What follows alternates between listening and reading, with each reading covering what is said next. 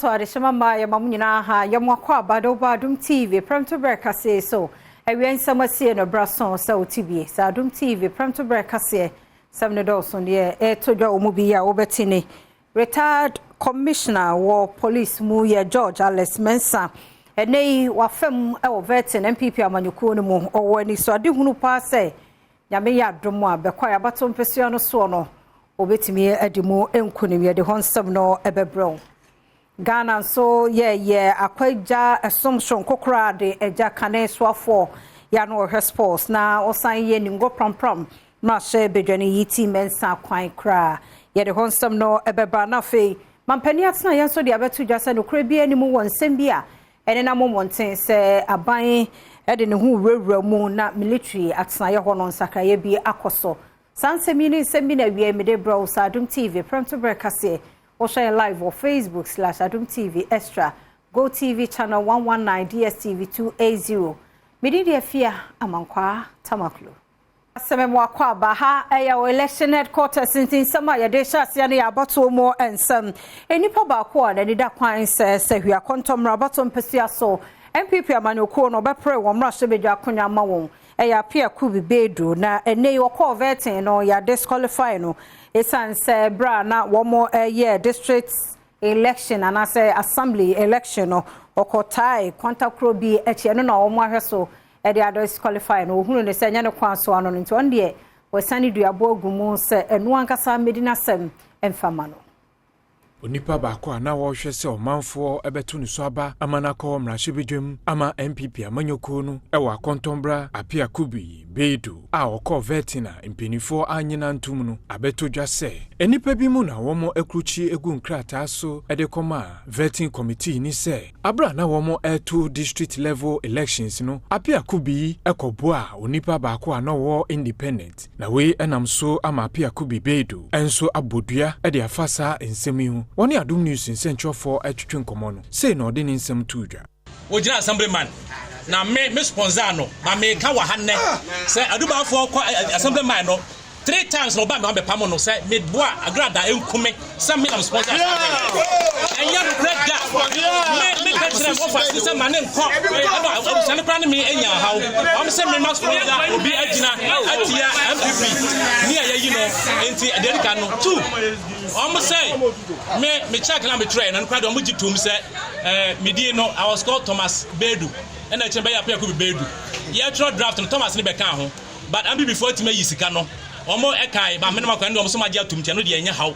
enipa bi mu a womo nso ehwe se omanfo ebeto omo so aba ama oma komrahye bedwam ede ama MPP amanyoko no ene Adom News nsentwofo atwetwe nkomo no wo de nsem sei na tudwa Omoni esi ahene ni etu ahene de me pesa me yema sahwiman no so omo anto amame a mentime nye munim de mitime ye dada sahwiman da makoma so se emabrume ye adwuma ye se enkoso ni yedie beba krom ha no na me ehia me e ka de medi ankamada ba me se megina ma prempuntuo ni enkoso aba krom ha me se me ma yemfa kro ni nye business me megina ama mabranya adwuma ye no nti na me gina bi tema omo ye ballot no na otoso se na otoso mienu ye koto aba no otoso say no otoso bako enti sene Nyankopon ene ala eyema Dr. Mamu Bawuya no sa na Nyankopon ni ala so beyama the same Dr. Francis Xavier Ando Ajay Abato no emu nsam ye de ko asantemantem mu wo MPP mu a na abeto dwa 17 na ekoso no asumdwie ene nkabom ne ntiase pa na ekoso ewo ho nti wenso da na dipefe se Abato Kasee daye nim 7 December no de wasante MPP amanyoko mu no asumdwie be koso amankunimdie ayondia Deputy General Secretary Emma New Patriotic Party MPP amanyoko no ede atudwa se abato ekoso e wasantimantem no wo hwe ahokeka ekoso enkabom ene nhihye awodo a womo edigu akwanmu a eyade a ewi asumdwem na obebo mabaso wanamontu a womo etuye ode na se Emma amanyoko no manfo a womo eka committees awodo ho a womo di dwumadi no enim abra ne Adom News nsentwoni Isaac Amoako atwetwe nkomo no se no kire ne nsem I'm a chairperson. I was one team. And you be a report. Now you the report no kwa region 4 any national NEC National Council ensisemu bi ana sensembise bi ana bibia wo ma na kyese omo so omo de aba betu etwa ba sese de se de yesi hunu no bia aye ni bibia kama se de Nyankopon ne eda na se de di kan ye da ye general secretary ne enta chairman na se ye leaders I no omo tu kwan ba ye nea memani ana se meme committee de ye de ye disqualify obi a committees na ye for 4 teams na ye nti meme committee de metumi agama na ma ka se ye wie other committees no so masunti bibia se ya disqualify obi a Woman so a woman hwe se ebeto omuso aba ama omakọ mrahye bedwam a womo MPP amanyoko nim womumu bi nso a womo ne Adom News nsentwoni atwetwe nkomo no ensem se na womo ede to dwa sanchani anyame ayi no vet yasi aye eda na dipe fe se nyame sunsun pa no ekakwabna bo ene ne dom ho enu nti nyame ka ye ho ama ya sante achema na afo empuntu a ye hwehwe ene nneoma bebra MPP ankasa wa ya sante achema na afo no ekọ ahohiahiam ye vote so te ama ene NDC for de omo se si omo bo se asante achem sa vote seat no munya omo beje no last 4 years now munya mo ye call vetting po ye ntimi anwe me vetting e de me man discipline committee e hu sem bebre by and this year we NC me got na say we say na as constituency executive nya e bom sem e ma me many even 10 minutes was so it tells you that there has been a change and so below about to no na any recognize any sanction there ye kwato ya ye jama na kai me nyezo ze bibeti myself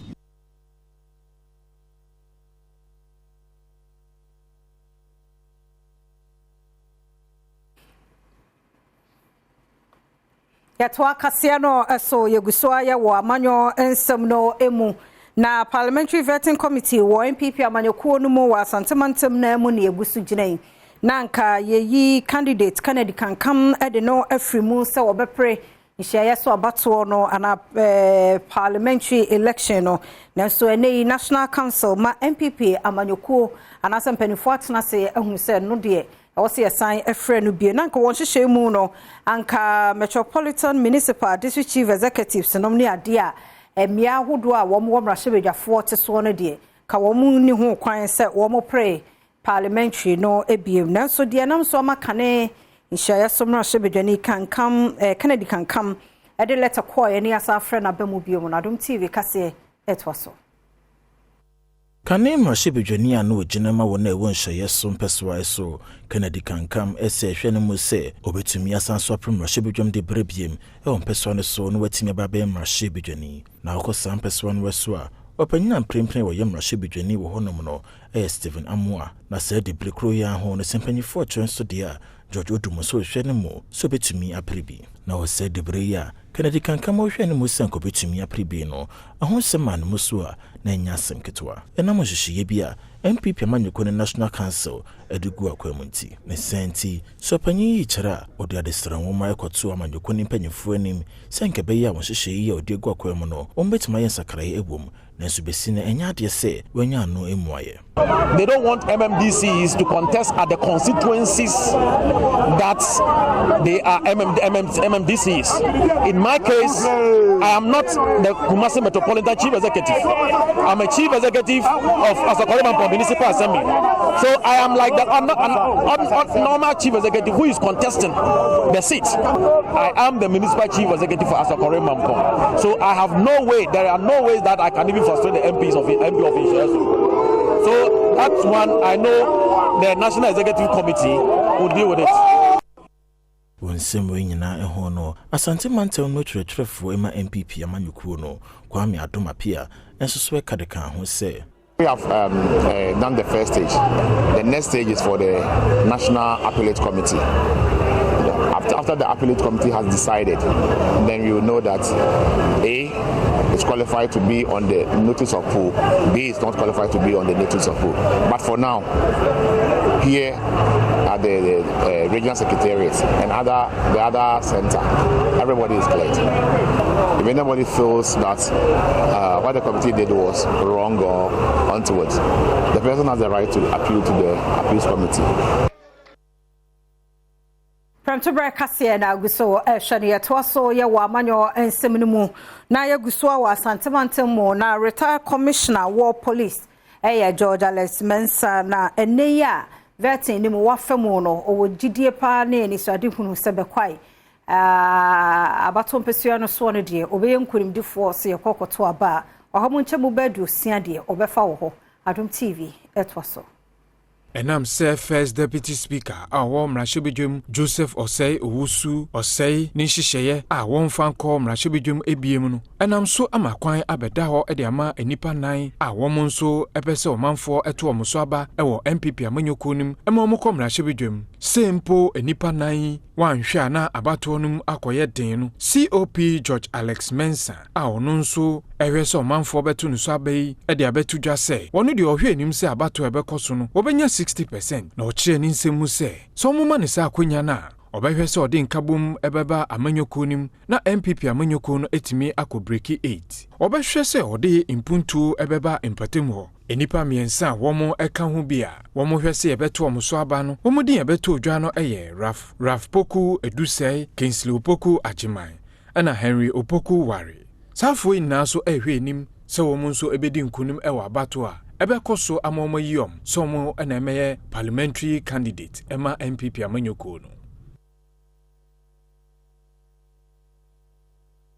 Yefra amanyo nsemu na yabo ransom foforo mu na kane sports minister wo NDC abam dadane breso na brebi atwamu nso ningo prampram wono ene mrahye bedwani onobo yiti mensa na ye kasa won kati asefo ho ebiem ti amamre ni amane akoso free anu abepem sabre ya ekoso sisi wo state house na titiru ni anintini free achi ne bencheye de won nim fa pani no ho wono edi tudwa abusuan so abakosam efa owura no ho nso womo edi ho nsem nyina atudwa mpanifo abase Eshu Jamno, Adom TV Kasee wo ho etwaso. He's lived a full life. I mean, from being an official of the University of Ghana, which is where he was when the revolution took place. They were the early ones who anchored the revolutionary process. Himself and Amabinyu Adom were both in the University of Ghana. E.T. Mensah's reign as the mayor of Accra was the most purposeful, most forward-looking. There are things that we did that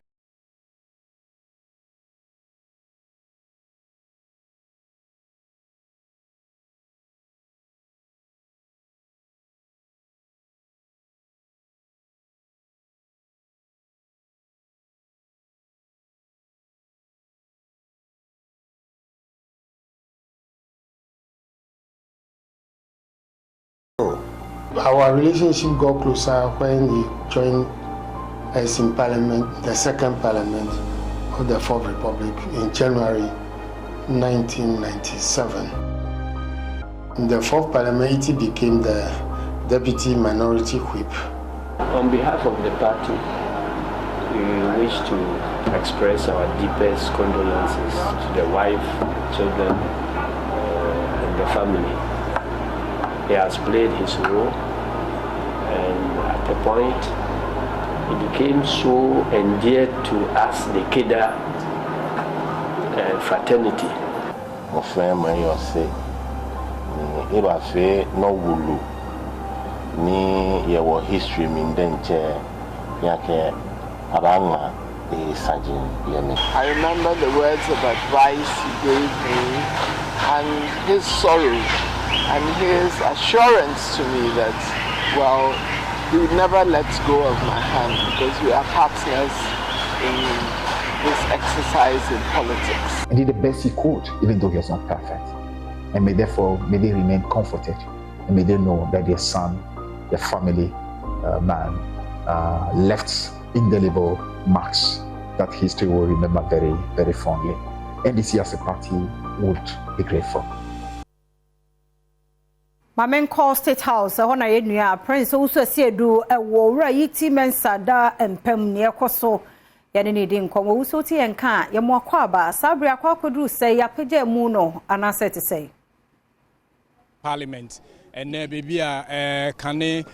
sports minister na owo Ghana ha 80 mensa wenya ne baby kono na yie ana wo mode hihye so ewa ha na yie na se no bepie mu ewa ha ohun se omampani Nana Akufo-Addo na owa ha kane mampani John Dramani Mahama enso eba bi NDC chairman Johnson Esiedu Nketia movement for change Alan Chairman timpenifo ahodo na wo mode wo ma hoden ebeta adwumadi echi na Menchemu hano immediate past treasure Emma New Patriotic Party MPP kwabna abankwa yeboa o menchen ha yebebisa se iti mensa wonene ehyiada de na wode bekai no yo dedi kamiche ahwefo nyina iti mensa no ye nyina nim na dwuma power ye ma my Ghana ewo NDC abreso na me representative my Association of Ghana Industries into Accra Technical University Council. Menene was so for 6 years. That time no year chairperson. Na numu na menene di kita ho pa. Na wo hwe the way and the subantie the way ojinipa na the wa botare say ye committee na otimi ni esusu ne ma ho a. Na je so ye nipa pa. We kai say tama na wo ho so Accra Technical University akoje asase ewo mempasem Nina through the effort and our Wama school no so adan necessary nyina etimisi na de meka say Ghana ya hwere ni pakese ya hwere ni titru a wabua emebu wabua Ghana man and enkanka so wabua eye ga adangwefo pa na city ate no about almost for about over 5 times, that is about 20 years in Parliament. Through that Parliament experience, you know, say, Oboa Mebu, Oboa Ghana, na Yamefa ne currency, our hoodie and also Yamena Tutuni Menina, na Messrs. Yamebe Shen Ma, Wajan, actually, no Shabusia, then now, could see any, Bibi pay, the chrome, pram. Na Jumedina Senate presiding bishop Emma Methodist Church ene kane bishop Emma Methodist Church woman so ebaha e de futu ebe ma manfo e de fa wona brabo a womo ebo e wasase so na ene adom trotro yi me na me di mate e wo trotrom se trotro no eyema mate no egisu se awe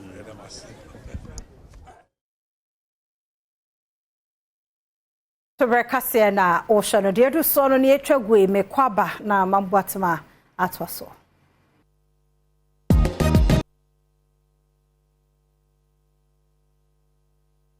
Akwaba Sonko Zebadia Erichogodo Izeno Eye, the Premtobre president for the Brothers and Sisters Association. Yankoshe Nsembia Orichogo or social media pages no dozana Yabaka crossover or Kodo or Kumasi de BBC Afefo Frumuno or ye Mbebunbia war Kumasi or Yazaya video bia not warishe attire or war asor than being Yankoshe is or Kodo Hono. Asori ni yesu ni sasa oba ya osa baby entua ha menye bonsam ye nyame bapa 2024 ene abofo na otini amai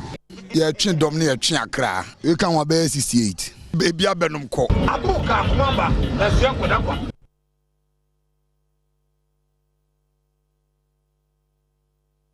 Intino iye Kumasi mbebunu bia ihu hono ma worship ataya owo asore dem bia nyempo no abraye ba hen 2024 no mo no ma menje wadwenkyere amfa da nsem yi ho first staff 64 te o say chale Ghana de bi also no as a way honom no obi na papa intino o ya za oze so emoji oze aka na sama ochoye no ho nti first star te na oze da madwenkyere yi be rec o say as the saying goes no baby osia kopon number no we hye no honom na bonsam ototo no momone ntino no so na adwenkyere ze ben Berlin music o say wofa wuji wudin o say abrante no o ya za originalism ma yankonkwo hwe ahobusem bi okodo wo sehwi wenchi o ya za igwan bi wawo mofra na wawo no o tire bi ma yankwohwe igwan na ba no ye mwana ebulufo be edin ihu bi kula da se mre yi am kofo mba ye se aboa na wontafo a ba kuti akoye mienu me hu kura dwiri mi ntimi ye ne se me kura me fa chira hwe se aboa no wa wo sa no ye boni bi wa chire e ma ye nia na ka ye hu di ekọ ma o ma kwonfo nso ka ne se e kuro mo nsie ne na adane a wa ye sa se nsie ro mo di finya kan enti ampanufo no ntu hu ana mom emegu nsabi ana so mo nya ho amamla sa na aboa no be wu a wa wu no se ste ne ko ba o mama ne no o so mo mfa ho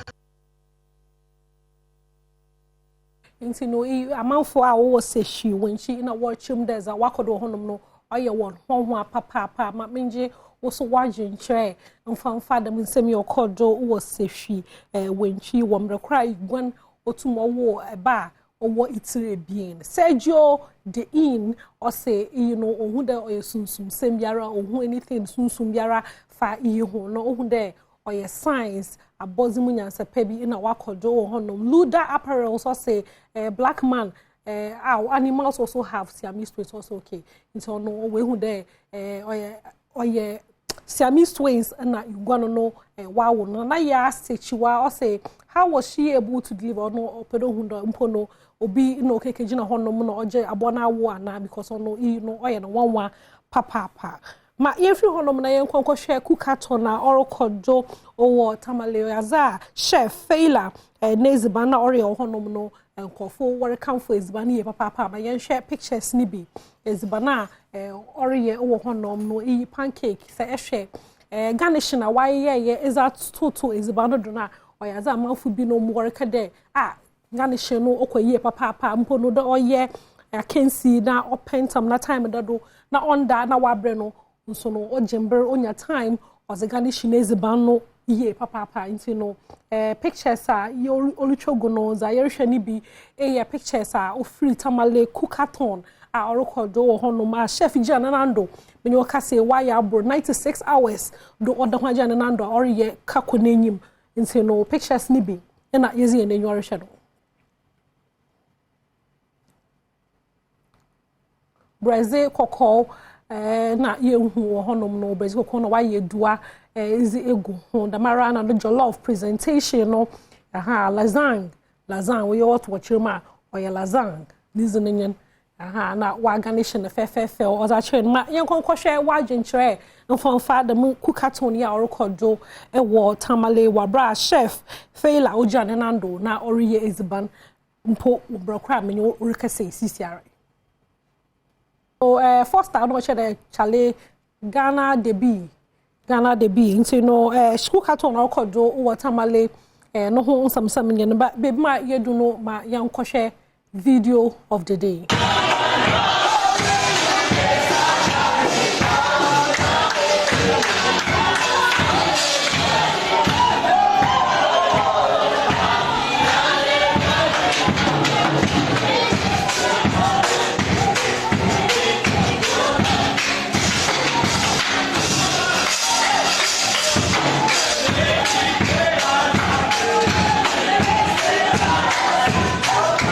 share 2024 mo Nigerians fubi no mo most of we cross over no na yerhwe no obutu mo maza na woroko won enye mizi de atwogo no mizi besi hade efiama nkwa atema close nsam nke no bosodo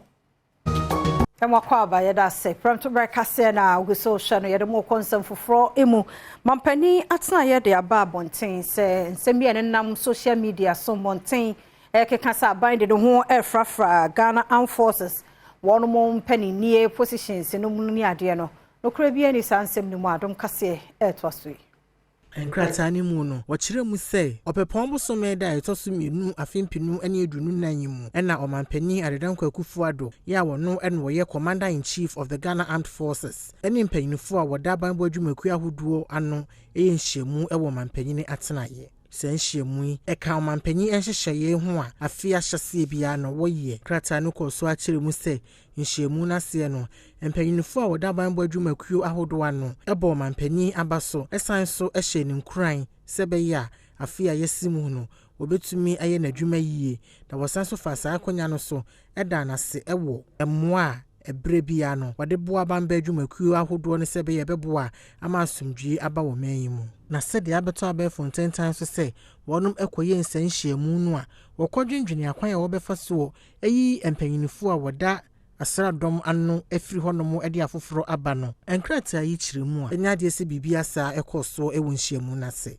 na sempo ekoba sɛ dachi bi ɔmanpanyi ɛyɛ nsesaye ɛwɔ mpanyinfo a wɔda bambo dwumakuo ahodo ano a enya de a ɛsɛsɛ yɛ wanwa na ɛma kwan mamanfo ɛkeka nsɛm a enimu ɛfa ho esan sɛ enkoya de bi a ɛyɛ foforo krata ne mu no wakyerɛ mu sɛ asradom no edi dwumaso ɛwɔ man mu paa na mfie atwa mu nyinaa no wɔnom adwuma wayɛ no aboa ma wɔnom akasa ebuo ani ni di ama wɔn ho ɛwɔ man mu ɛne amano no nyinaa nkrata ne mu no wɔda na di sɛ ɔmanpanyi ɛhyɛ Ghanafoɔ nyinaa bɔ sɛ afimpinu ɛne aduru na yabatoɔ mu no wɔbɛhwɛ ama bibia mu ada hɔ fan wɔ abere a abatoɔ mu basabasa yobia ensie ɛwɔ man mu na wakyerɛ mu sɛ nipakuo anasɛ onipa biara wɔbɛyɛ n'adwene sɛ ɔbɛma basabasa yo asi ɛwɔ abatoɔ no mu no wɔbɛtwe no ɛde na akɔgyina mmara anim sɛ de ɔman yi mmara asie saa enkrata yi Eugene Bentum Ahen ya we Director of Communication ewo mampanyini atenaye ena ne nsa ɛhyase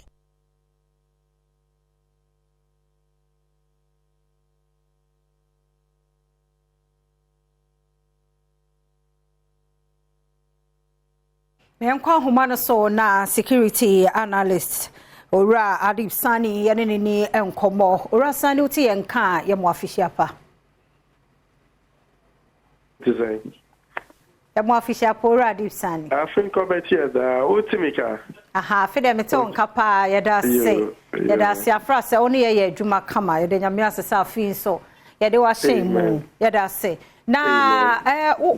ensama nene na monten so efa Ghana forces se mampani eye sakraye binom ne ade no wo social media so ne yeteye as a security analyst what ya sembi say tichu wo bambo mu e wo monten a senate yo me da say maminchia mu yete for any share for nyina pa election year bia asem kitwa yet to meet Danino into a major issue apropos omobesi creating a storm in a teacup okay sir annual ritual okay sometimes to me see December, but because of bureaucracy a bit me by January. Sometimes to me see June and July on. So idea to me see Afibia. So I'm just confused as to where this is coming from, but expected because your election year, and in an election year there were all sort of information ever fly around. I mean,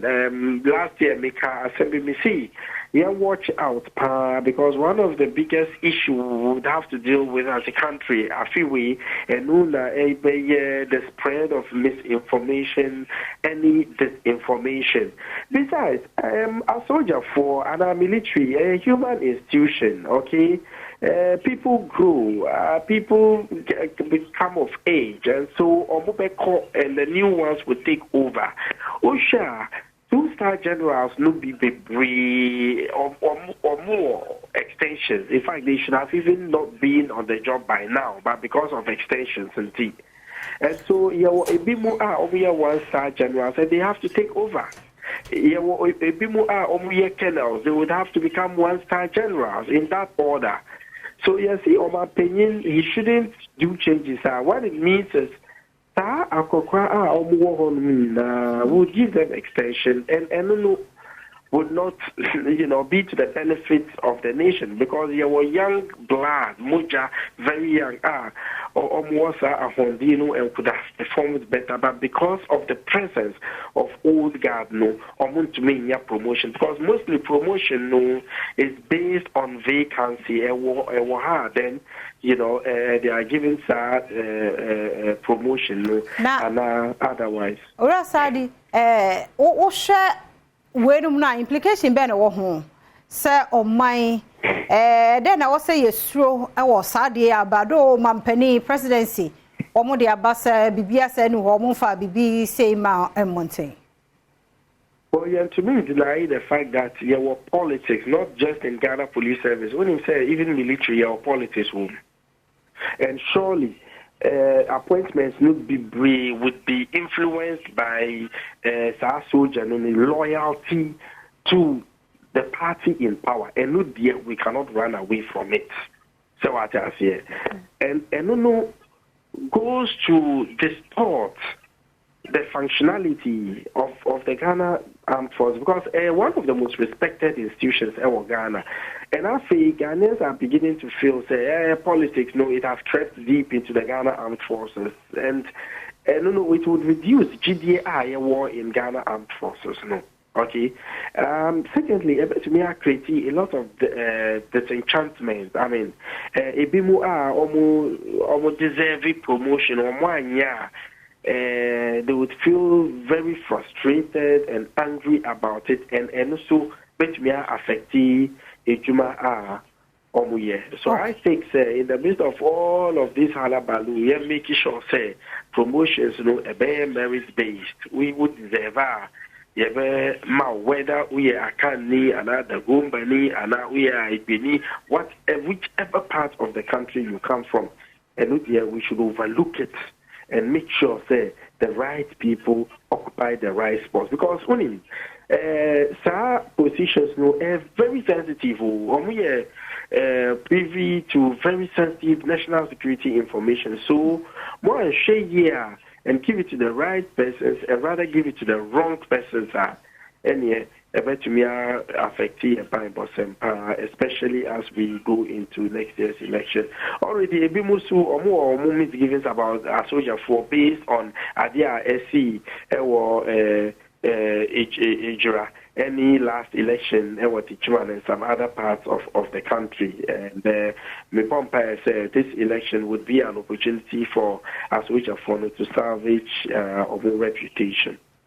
Orasani yemfa unsi hayada se papa ne umre ne adaje bibitre ya dwimbie ma wadaroma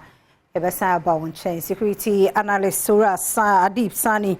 ena yete no kano Premtobre Kasee na uguso ehwa Adom TV no na yeguso aye wo military ensemo na commander wada 66 artillery regiment ano wo volta ni oti barracks Lieutenant Colonel JB Ibrahim or they are told military personnel ni nyina nim sa won yere no mo de won hwa won pa no won kire won dof just won mu ni hwa won mo na hwema bibia eyeye Adom TV etwaso. Lieutenant Colonel JD Ibrahim ekire mu se wonom aya asrafwe enye wonom eyere banbo ene won paye a wo body time wonom achi a enkanya de se wadwuma sa asrafo kora no obetumi aye ne yie okire mu se MPP no wonom yerenom ene hye wonom nkran ema wonom enya akokuduro na esansoma wonom asomdwu wonom a wode ye won wadwuma emfa ho ene ehawo ya na wonom efemu wani amani boni ode hyebo husu job ene twetwe nkomo wabra wonom eye afimpinu ene adwunum yensa West Africa Soldiers Social Activities was 66 Artillery Regiment ewo Volta Barracks. And America comes to acknowledge the supporter. Very much. I had a soldier from Nigeria. There were wives, the man I meet more behind. Here now, deep to the interior. Even outside the country, the go peacekeeping area of Moiti. They now support that. Peace of mind. Dwumadie na se no obo asrafo binom abaso ewa dwumaden a wobo ede boa asradom adwuma no wofa sa akonya no so etu wonom obo wonom abaso no fo se wonkoso anye wonom adwuma se be ede ebu aninidie ebeba asradom adwuma ne mu wosan so tu wonom a wanya abaso boni bi nyina fo se wonom nyere won ho no wanya adwumaden se be ya afeda sese obetumi so age abaso bodi ni bi wenya abaso bo no they shouldn't give up they should think they are no hard work never stops hard work never breaks anymore. Even when I recognize the just of the first time working hard, working harder. And you also want to be you don't mean someone here to be out, but if you have to extra mile of mine, if you are going to be you should know that we expect more from you. So going into the next year, we expect a lot of working harder and harder so that we can achieve the do so no ye Premtobre Kasee Okumankra ba kwa waka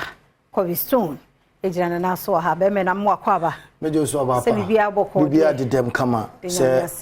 sisi akande fo ba senkron na ye call Ivory Coast okay enti no kafofo de on se sports de any fashion na namo ti se won ti adwuma na se ba o ti ase de a won se sports any fashion na nam etire ye atade shem e no manyina na the sports any fashion and nam ti ende kaf e de mranti a o ma bo akata o se nye jesi na Africa o be sports match jesi de bi yanya ne sa nti o mo mo akata no o mo mfa konti e be hwebi na yakọ Black Stars nso aso ye akọ hede yakoso enti twen akoman kra akọ Stone ode twaso Usama mesana se uguso ehwe Adom TV agudie mo nsem se dia afia amankwa tamaku kan no na mede no so nkomo edan wo no na ma yemwura mu kakra ewo African Cup of Nations Jumedia enche na etoja ewo Ivory Coast onim se ye ka sports a ti se de onte adwuma na se sports eno hu fashion se different from sports mpacho and they ka from penifo eti adwuma na se pa onim se uye uti anempo se waye rasta anase wa shatade no e ka sports no nti yensua de na ehwese de a ehon komo so esifatie nti nei omo ahwe emranti ahodo a ekwa kopiemo ewo Afcon Jumede na se ene kwan a omo form ho na esewani enso ka kire yeni kan hwe Nigeria ni abrantie Victor Boniface a wo call African Cup of Nations no Boniface ene nei wagina ho kama wo de hwe afade na ekita no hwe they said they were born gentle na on tietie na wode ekro na obone kama pa abrantie Boniface wode eno so ko akopiemo ho no enyo no nko a yensan hwe Morocco ne de hye Hakimi so abrantie ba kwa okwa akopiemo wo Afcon Jumedia ebetoja na se na Hakimi so ene otum sampa ye ka fashion ne ye ka emrantie a omunim fashion ekwa akopiemo Jumedia na se a neso no so ene da so kama na otum se Morocco ne de hye se de watwa ne ti na obona tade kama pa ye de no so ema o de hwani ye o ti ase ye ka fashion na me se ne sports ene nam nti ya na wasua na wan se de etie na hwese de a abranche no wadresse kama wode eno so ekro afi Mohamed Salisu we de Ghana ya ye de no hwe no so ahofade a wode eko akopie mu Ivory Coast ye hwe Mohamed Salisu look at this everybody enti we enyo fe we ya Ghana ni o Mohamed Salisu hweniti no we de hweniti no na atade no yensua de wati ase o man mo de bia no yesua de no masesa enti Mohamed Salisu so de a enei wode eno so eko akopiem eno no Nigeria ni ba kon so ye friend Victor Osimhen okọ Napoli aso ya eho na Victor Osimhen esua eno so esia kan na Osimhen enso ade no hwe na pampam no just look at Victor Osimhen na make chise on test sports na se enti sua de na hwe Victor Osimhen na wasan aboni chain kama pa wadai ni tini top no sports or a sports personality na ono so agene de kama wode eko akopiemo Jumedia ebetodwa na ase no Gideon Mensah Ghana ne de hye yenko hwese de Gideon Mensah so ono so afade a ode ekro akopiemo Jumedia eno so ebetimi atodwa na ase enya ofe enya ofa da hweda tade do hwede mpabo a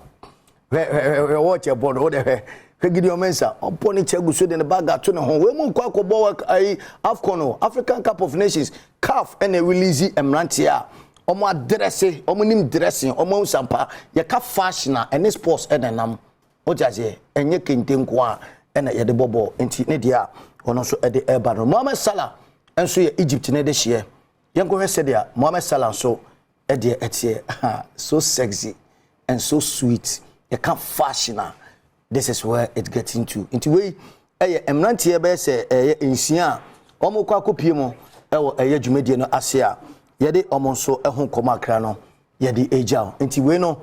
se de chenchi hye ne so se nyame ya aduma na wo hwe ye ba besimi aka nefo abese nkron pe na African Cup of Nations 2023 enen ka se ba so ende yede awuram 2024 na se ehun de kakra ena mede eno so mede ejao no yensan move to your next story na fe hwe se de no man so esifa etie kamapa enso ehonum na yakum kakra ewo Black Stars of Ghana so asuyeye na unim se Black Stars eba ye be se nefo mienu omko training ye. In fact bebia na nka ese team ne training ankasa no Kumase Baba Era Sports Stadium. Na omko duru wona na coach ne kire se pitch no emwa no enti no mpenifo opte se omko pie mo ewo Adom Kasee Dr. Kwame Chase Sports Complex. Na omko no na players ne dwa ne nyane se kwan ni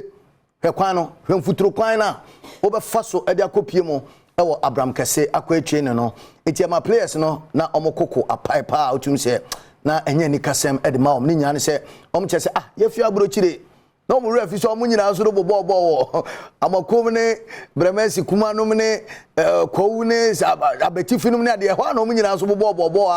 omudi kopie mu abrochire o enti omba no komo be ya katasem in fact still now no players na dwa but empenfo che se ho a na ombe ye training no enti omgusu a omoye training o the road ne de otum se adabraka ekwan ne de enye but pitch na omo training e wo so Dr. Kwame Chase Sports Complex ne de otum se no de eso ye pa nti na dey kama ya se players no adwade enso omgusu a omo training ne no na Ghana fo bi e ka se ya de mo akọ Dubai ankosiaga ene na se e be ko cup pitches ne roads ahodo e de ma mo ko ya no mo akọ bo ne tro kan enti no mo de mo nya we no mo ma enfuturo no enwurawura mo hunim se be ya modu agrikosa obetime ejamo na so akonkodenti we de no so efimo eba me de ehonkomo akra me de ejao na afia amankwa tamakro de aka so atoa so amao me de ne Cobblestone okomankra bako amaka ensuroja edura enwono numero 1 she Premtobre Kasee no so for ya wo trade and industry so Oraketi Hamon say nay e no nwo pa ban na ye hye bia sa ne memu bego ne titi wo cement no ne ade den so said the cement factory no bi ton no ne bo na no den Adom TV Kasee etwa so the cabal of the cement producers and importers have again conspired and decided to increase the price of 50 kilos of cement by a considerable figure. Now, I don't think that is right. I do not accept that is right. The government has provided all the necessary ambience, all the regulatory framework, a proper environment for these companies to operate and do their business profitably. I've always maintained that these institutions and organizations, these companies are not charitable institutions or organizations. I expect that they make their reasonable profit. What I don't accept is to take the people of Ghana for granted. Cement price 50 kilos already too high under any circumstances. Now, I can't understand the basis for a decision to increase the price by, in some cases, as high as about 5 cedis or so for a 50 kilo a bag of 50 kilo. I do not understand. What I find a little bit more atrocious is the fact that a few companies which recently were suspended from playing any role in the industry because they were they were producing substandard quality of cement. Have also decided to increase their prices. I mean, they are increasing their prices for the substandard that they were producing, or they are now increasing their prices as a price that we have to pay for them to produce quality products in the country. Mayemfa Kasee no enko ye atoye mantam ne mo na de hye bia wo mo wo elibo wo jomromansini mu esra ban no sabambo mu odin wo ma emu enye den e wo elibo boda no so ye ne kodifo afo no entamesan afcon na ebeba sonenti aka break akra bi na afcon akansie no ahyase na esan se ekoso ewo kodivu na Ghana nso ye ne kodivu a ehye no eda elubo nti manfo wonum ati elubo akere wonum adwene ewo saago kansie ya eba so yi ehu wonum ene amane boni enkomotwetwe mu no wode atudwa se atuturafo a wonum eto hye manfo so ewo aman ahodo so ɛne nubɔne amanfoɔ ɛfa ahyia ahodoɔ so ɛde aman afoforo mu ntino ɛho behia sa aban ɛde nhyehyɛye ebegu akwan mu na ɔbɛma banbɔ mu ayere den paa ɛwɔ hyia ɛda Ghana ɛne Ivory Coast ntɛm no so ne titiri ɛne alubu ɛne ne mpɔtamu sɛdeɛ ɛbɛyɛ a ɛmfa saa Afcon agokansie no so na ɛma basabasayo ɛne oyene bia ɛma ɔman yi mu omuma security especially nakɔ for no ɛsɛ omuma omuninda opa because for free aman fufuo ɔbɛba higher no baba fa nti ɛsɛ omuma nakɔ for na mo border so no ɛsɛ omum beefy security pa na omum kofa edimbone bia amba elibo border ne da ho elibo border no ɛda ha border ne da elibo ha nti border ne loose la nti omu ye mistake na across Cote d'Ivoire ye beji edimbone skating implications in the Ghana aban ne de asafo ne adade be border no so a ne adade omobo na fa na border no ban na so mobo ya go ban a ya bobo bebre because ni padodo bebre padodo no ma besia Cote d'Ivoire am ga ga no ko bobo ti ya bese se ka ban Idi mo ensem efua asantoa edonum a wono Singleton wabie kwanti enei eso ko Guinness Book of Record no a se Ghana fo apply no omuko tete papers no kura ede wono so de nsem ababeto edwa na hyase ne na wieye ekwan mu ba bia na nko oje mu ne hawo femu nsem ode tu dwa edi the crowd actually wanted point give up. At some point I felt the unity and it made me want to do more. So even when I was told that we have to end it, I didn't want to because the crowd gave me some sort of motivation. In the box it can be very lonely. You don't know whether you are doing it right or wrong. But the response from the crowd gave me the courage that I'm doing something right. I didn't want to give up. I didn't want to. I love music. I was enjoying every bit of it. I mean, it was tiring, it was tough. I could fight sleep throughout some points, but you see the funny videos. Yeah, I was fighting sleep. That was my only challenge. But through it all, I was very okay. I want to tell Fela that the icing on the cake is, I mean, reaching that final time that you know that you have done it. It is tough. Nothing comes. And if you don't fail, you will not be successful. But she has not failed yet. Even if she did, she's still in. I know that she can do it. I will 10 days. So Adom TV, Premtobre Kasee na hada bema kwa ina media sie. Bidi efia amankwa tamaklo meda team nase. Ejuma muye fire for fire. Etwaso.